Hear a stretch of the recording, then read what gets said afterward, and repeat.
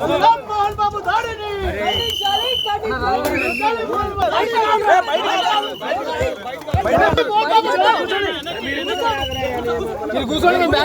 ఖండించాలి ఖండించాలి మోహన్ బాబు దాడిని ఖండించాలి ఖండించాలి ఖండించాలి ఖండించాలి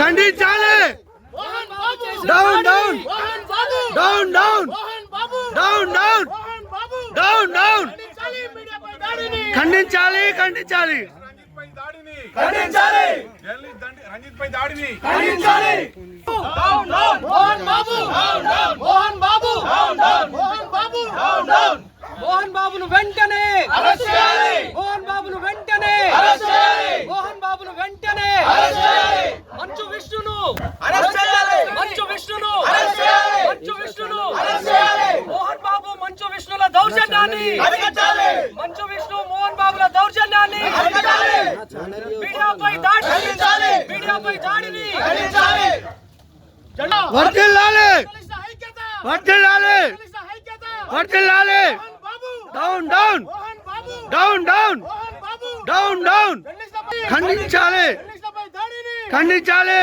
Mohan Babu down down rowdyism Mohan Babu down down down down Mohan Babu down down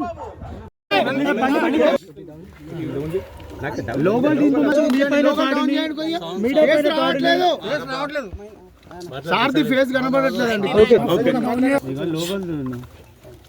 చెప్పండి.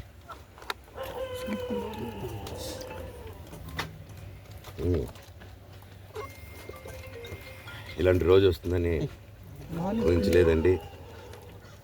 నిజంగా మీడియా మిత్రులకి, ముఖ్యంగా ఇద్దరు అన్నలకి నా క్షమాపణలు.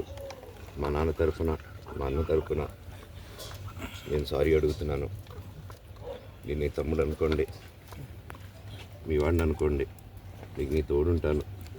మీకు ఏదున్నా నాకు ఫోన్ చేసేదండి. నేను ఎప్పుడు ఒక్క కాల్ దూరంలోనే ఉంటాను. I will always be there to support you and your family. And I'm sorry, నా కోసం సపోర్ట్ చేసేదానికి వచ్చి మీకు ఇలా జరగడం నాకు చాలా బాధగా ఉంది. నా భార్య పేరు లాగుతున్నారు, 7 నెలల కూతురు పేరు లాగుతున్నారు.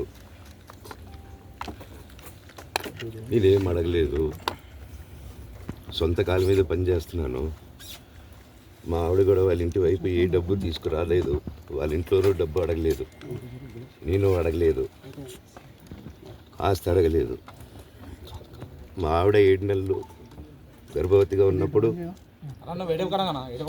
తనకి 7 నెలలు ఉన్నప్పుడు మా అంకుల్ వాళ్ళు ప్రతి ఒక్కరూ 7 నెలలు కాదు 7 నెలలు తను ప్రెగ్నెంట్గా ఉన్నప్పుడు మా అంకుల్ విజయవాడలో ఉంటారు. అండ్ ఇక్కడ కొంతమంది అంకుల్ నాన్నగారు బాగా క్లోజు.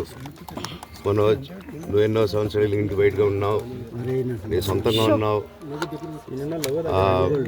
మీ నాన్నగారు అమ్మగారు ఒకరే ఉన్నారు.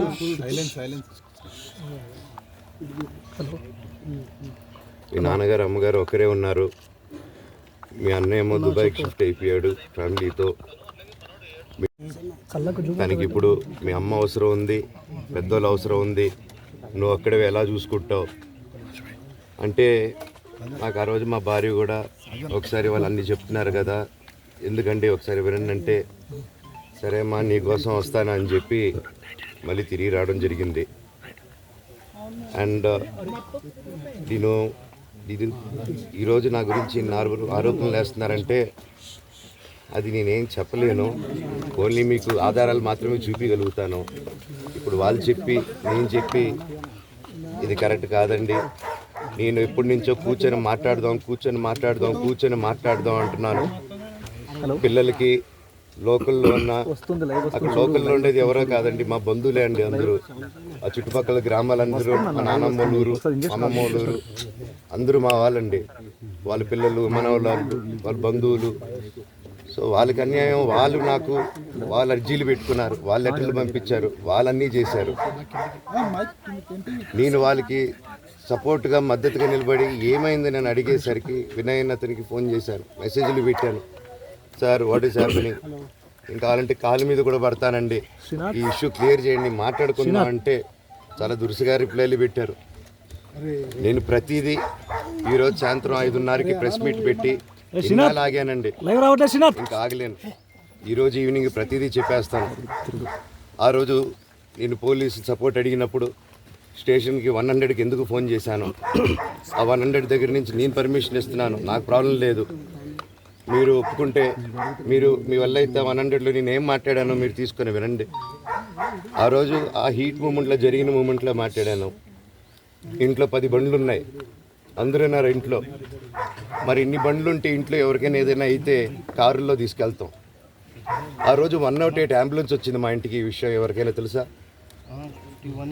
పోలీసులు కూడా తెలుసు, అది ఎస్ఐ గారికి తెలుసు. అది బయటికి రాదు కానీ రికార్డులో ఉంటుంది కదండి, అది కనుక్కోండి సార్ 108 ఎందుకు వచ్చిందని.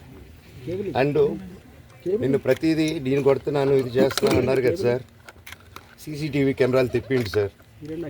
నేను కిరణ్ని విజయ్ని ఇమ్మీడియట్గా తీసుకొని యాక్షన్ తీసుకోండి, వాళ్ళే దొంగతనం